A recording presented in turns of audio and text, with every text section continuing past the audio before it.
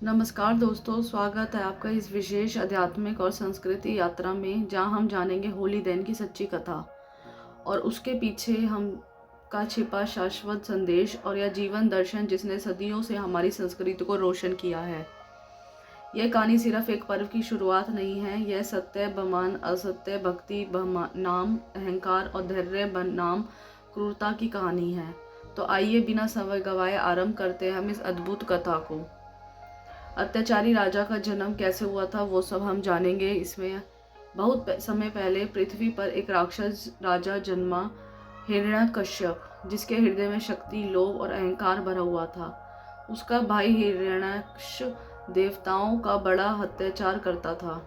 जब वह मारा गया तो हिरण्यकश्यप के भीतर प्रतिशोध की ज्वाला प्रज्वलित हो उठी। वह सोचने लगा कि यदि मैं अमर हो जाऊं तो कोई मुझे रोक नहीं सकेगा। यही सोचकर उसने कठोर तप किया और अद्भुत वरदान प्राप्त किया। कथा के अनुसार हिरण्यकश्यप ने ऐसा वरदान मांगा जिसमें उसे दिन रात में कोई ना मार सके, घर बाहर में ना मार सके, मनुष्य पशु कोई ना मर सके, शास्त्र अशस्त्र में कोई ना मार सके, धरती आकाश में कोई ना मार सके। यह वरदान सुनकर वह और क्रूर हो गया। उसने अपना एक ही आदेश दे दिया, सिर्फ मेरी पूजा होगी, मैं ही ईश्वर हूँ। प्रजा डर गई, देवता चिंतित हो उठे। यही से जन्म लेती है होली की शुरुआत की कथा। इसी क्रूर राजा के घर जन्म हुआ प्रहलाद, जो जन्म से ही भगवान की भक्ति में लीन थे। जहाँ पूरी राजमहल हिरण्यकश्यप के भय में जी रहा था, वही प्रहलाद निर्भय होकर कहते, मेरे भगवान तो विष्णु हैं, मैं उन्हीं का नाम जपूंगा। पिता देखते ही देखते उनका विरोधी बन गया। यह एक पिता और पुत्र का संघर्ष नहीं था, यह अहंकार और भक्ति का संघर्ष था। हिरण्यकश्यप ने प्रहलाद को भक्ति छोड़ने के लिए अनेक अत्याचार किए।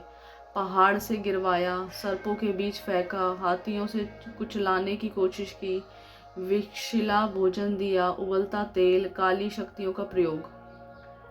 लेकिन प्रहलाद हर बार बच जाते, क्योंकि वह निर्भय होकर सिर्फ एक ही मंत्र का जाप करते, नारायण नारायण। यही से कहानी का सबसे महत्वपूर्ण पात्र आता है। हिरण्यकश्यप की बहन होलिका को एक वरदान प्राप्त था कि आग उसे जला नहीं सकती। हिरण्यकश्यप ने उसे आदेश दिया, प्रहलाद को अपनी गोद में लेकर आग में बैठो, उसे जला दो। यहाँ से आरंभ होती है होली दहन की वास्तविकता कारण। वह अग्नि कुंड सजाया गया, चारों तरफ राक्षस जयकारे लगा रहे थे। होलिका ने प्रहलाद को गोद में बिठाया और अग्नि में जा बैठी। परंतु चमत्कार हुआ, अग्नि ने होलिका को भस्म कर दिया और अग्नि ने प्रहलाद को स्पर्श तक नहीं किया, क्योंकि वरदान अधर्म के लिए नहीं, धर्म के लिए काम करता है। इस दिन को होलिका दहन कहा गया है। जब हिरण्यकश्यप को समझ आया कि उसका अहंकार हार रहा है, तो वह क्रोधित होकर गर्जना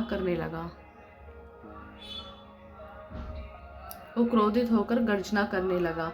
मेरे विष्णु कहाँ हैं? इस खंबे में है क्या? प्रहलाद ने शांत स्वर में कहा, भगवान स्वर्त है।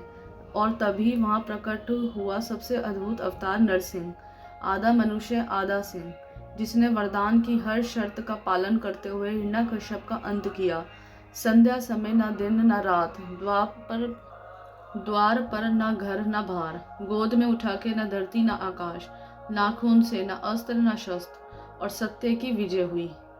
होली का आध्यात्मिक हमें सिखाती है कि अहंकार का अंत निश्चित है, भक्ति और सत्य की रक्षा ब्रह्मांड स्वयं करता है। दुष्टता की आग अंत में खुद को ही जला देती है। निर्भयता ही सच्ची शक्ति है। प्रेम, क्षमा और सद्भावना हमेशा विजय होती है। होलिका जली क्योंकि वह अधर्म के साथ खड़ी थी। प्रहलाद बचे क्योंकि वह धर्म, करुणा और भक्ति के साथ खड़ा था।